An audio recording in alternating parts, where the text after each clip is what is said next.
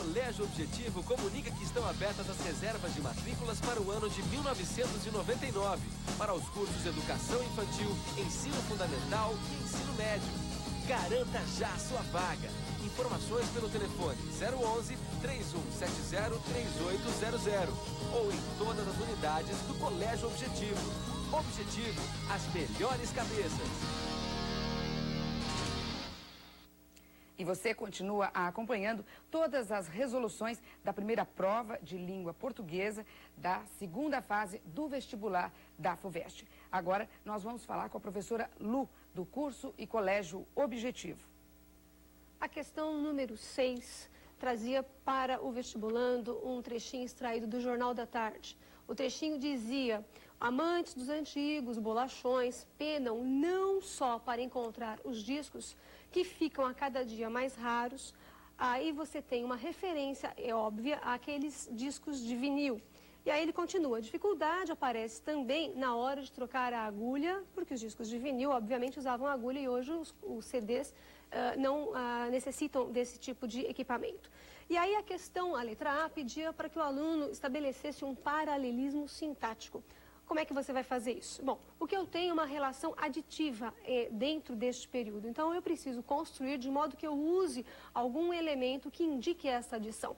O mas também, por exemplo, seria o mais adequado. Então, você poderia ter colocado da seguinte forma: amantes dos antigos bolachões penam não só para encontrar os discos, mas também na hora de trocar a agulha ou de levar o toca-discos para o concerto. Essa seria a construção mais perfeita. E a letra B pede para você justificar as alterações efetuadas. Na verdade, a gente altera para que se mantenha esta relação de adição. Se então a relação de adição fica perdida no texto original propriamente do Jornal da Tarde extraído para o vestibular. A questão número 7 traz para a gente um soneto belíssimo do Camões. Está o Camões aparecendo e reparem que eu tenho uma figura feminina extremamente idealizada e perfeita.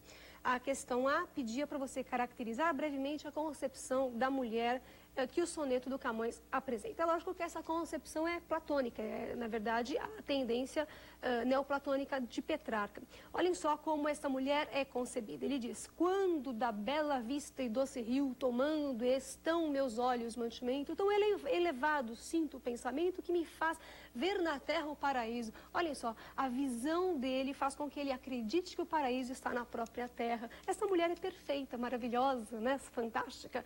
Essa mulher, ela é concebida, na verdade, não como uma companheira carnal, mas como um espírito, um anjo, um espírito de pureza, um elemento extremamente idealizado. Tanto que ele continua: tanto do bem humano estou diviso, que qualquer outro bem julgo por vento. Assim que em caso tal, segundo sento assaz, de pouco faz quem perde o siso.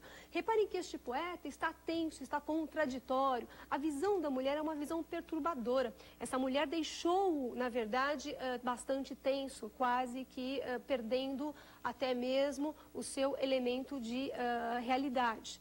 E aí ele continua, e lá no finalzinho, na última estrofe, se você pegar no último terceto, ele diz que de tanta estranheza sois ao mundo, que não é de estranhar, dama excelente. Vejam só, dama excelente, que quem vos fez, fizesse céu e estrelas.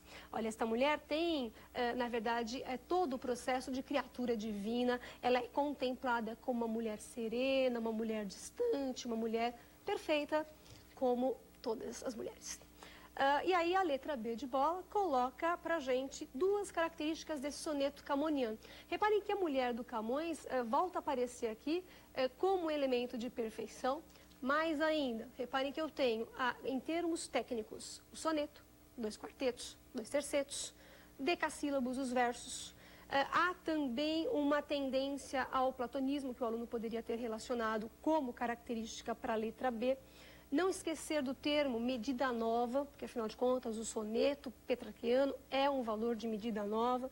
A contenção emocional, o equilíbrio, a clareza, são características desse soneto belíssimo do senhor Luís Vaz de Camões, um expoente da literatura clássica portuguesa. Certo, Malu? a professora Lu, do curso e colégio Objetivo, que falou exatamente sobre a 6ª e a 7ª questão. Agora nós vamos continuar com as resoluções da prova de língua portuguesa da 2ª fase do vestibular da FUVEST. Agora sim, com o professor Dutra, que vai falar de literatura. Professor Dutra, me diz uma coisa, a prova de literatura esse ano foi difícil? O que se cobrou exatamente do aluno? A prova da FUVEST foi bastante tradicional. Cobrou os autores geralmente mais exigidos nos vários vestibulares. Como não podia deixar de ser, mais uma vez uma questão sobre Machado de Assis, Memórias Póstumas de Brás Cubas. Se você examinar os vestibulares da FUVEST, tanto na primeira como na 2ª fase, Machado de Assis é sempre o autor que mais aparece. Além de Machado de Assis, apareceram nessa prova as obras de Camões, de Mário de Andrade e de Guimarães Rosa. Obras bastante previsíveis. Das 10 obras selecionadas para a leitura, a FUVEST preferiu trabalhar 4 autores: Machado de Assis, Mário de Andrade, Guimarães Rosa e Camões. Foram questões bastante textuais, isto é, não só o conhecimento do texto do escritor, mas também uma reflexão crítica. É muito difícil para o vestibulando que apenas tenha lido Machado de Assis, se não tiver uma reflexão crítica, ler os melhores críticos sobre a obra de Machado de Assis, ele ficará com bastante dificuldade. São os críticos da USP, os críticos da universidade com a qual a FUVEST trabalha, enfim, o vestibular é elaborado pela FUVEST, está ligado à USP. A questão número 8, mais uma vez, o capítulo das negativas de Memórias Póstumas de Brás Cubas, o último capítulo do livro. Aliás, na primeira fase da FUVEST também apareceu Machado de Assis e esse capítulo foi mencionado. O fragmento é esse. Esse último capítulo é todo de negativas. Não alcancei a celebridade do emplastro, não fui ministro, não fui califa, não conheci o casamento. Verdade é que, ao lado destas faltas, coube-me a boa fortuna de não comprar o pão com o suor do meu rosto. Aí você tem no Memórias Póstumas de Brás Cubas a seguinte pergunta: explique resumidamente o que era o emplastro e por que deveria ter trazido celebridade a Brás Cubas. Emplastro é um medicamento pastoso que Brás Cubas tinha uma verdadeira obsessão. Ele queria tirar a melancolia, a hipocondria da humanidade. Essa obsessão vai perseguir Brás Cubas durante todo o romance e, ironicamente, ele não consegue obter o emplastro. Ele só vai tentar e ele obtém a pneumonia que vai matá-lo numa tarde fria, tentando alcançar o emplastro. Portanto, o emplastro é uma ideia obsessiva de Brás Cubas, é um medicamento pastoso que ele queria conseguir, com esse medicamento, tirar a melancolia e a hipocondria da humanidade. Na realidade, essa ideia aparentemente benevolente, uma preocupação com a sociedade de Brás Cubas, se você analisar mais intimamente, o próprio Brás Cubas acaba dizendo que ele tem apenas uma vaidade em produzir essa medicação. É muito menos uma preocupação com o outro e muito mais algo vaidoso, algo ligado a um narcisismo da personagem Brás Cubas. O item B dessa questão número 8, relacionando-a sucintamente ao contexto sócio-histórico em que desenvolve o enredo do romance, explique a frase "coume-me a boa fortuna de não comprar o pão com o suor do meu rosto". Bom, você tem que relacionar essa frase ao contexto sócio-histórico. O próprio contexto social é dado pelo final do texto que o examinador usou. O que ele diz aí? "Coube-me a boa fortuna de não comprar o pão com o suor do meu rosto". Portanto, Brás Cubas é da condição burguesa, está ligado à elite brasileira da monarquia. O livro termina no ano de 1868, pelo menos a vida do Brás Cubas, né? Ele é um narrador que, pós-vida, acaba relatando a sua trajetória existencial. Ele é um defunto autor. Portanto, as reflexões que ele faz abrangem, essas reflexões, o período de 1805 a 1868, período da vida de Brás Cubas. E nessa classe social, a burguesia da qual Brás Cubas faz parte, existe um certo parasitismo. Você percebe que o Brás Cubas não exerce nenhum trabalho pesado, ele apenas desfruta a sua condição social. O trabalho pesado é exercido pelos escravos, e você vê essa relação bastante opressiva com o escravo Prudêncio, Brás Cubas explorando, judiando do escravo Prudêncio. Portanto, a condição social burguesa, da elite, e essa condição burguesa da elite ligada ao império. O aspecto histórico é justamente o aspecto ligado ao império.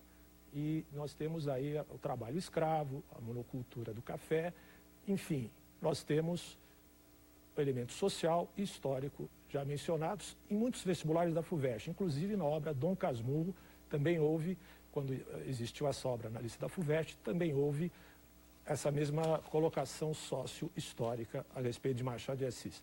A questão número 9, sobre Contos Novos, de Mário de Andrade. O item A pede: identifique e explique sucintamente o recurso de estilo que predomina na composição do fragmento. Ora, você tem anáfora, tinha, portanto, o verbo repetido várias vezes, a anáfora do verbo tinha. Era também aparece de uma maneira anafórica. Anáfora é a repetição de uma palavra. Além do item A, no item B, contextualize esse fragmento explicando brevemente a relação que existe entre os sentimentos da personagem referidos e a experiência que ela vive no conto. Ora, a personagem deseja fraternidade, solidariedade, mas ela só encontra um distanciamento. Nas comemorações a que a personagem vai, o 35 não encontra nenhum respaldo afetivo maior. Portanto, só resta uma solidão, só resta, enfim, algo muito triste. Ele vai fazer, no final, aquilo que ele esperava tanto dos outros. Ele vai ser solidário ao 22. E a última questão, a questão número 10, ligada a Guimarães Rosa, o item A pede o seguinte: embora ambos os contos tenham como ambiente o meio rural, há neles elementos que permitam assinalar uma diferença de nível social. Nível social superior é de Menininha, o pai dela possui um sítio. No nível social inferior, Brejeirinha. O item B, qual dessas personagens se vincula primordialmente à própria literatura? Brejeirinha se vincula à própria literatura e Menininha se liga à religião, ao elemento místico. Portanto, esse é o comentário da prova da FUVEST, uma prova com um nível bastante alto. É com você, Malu.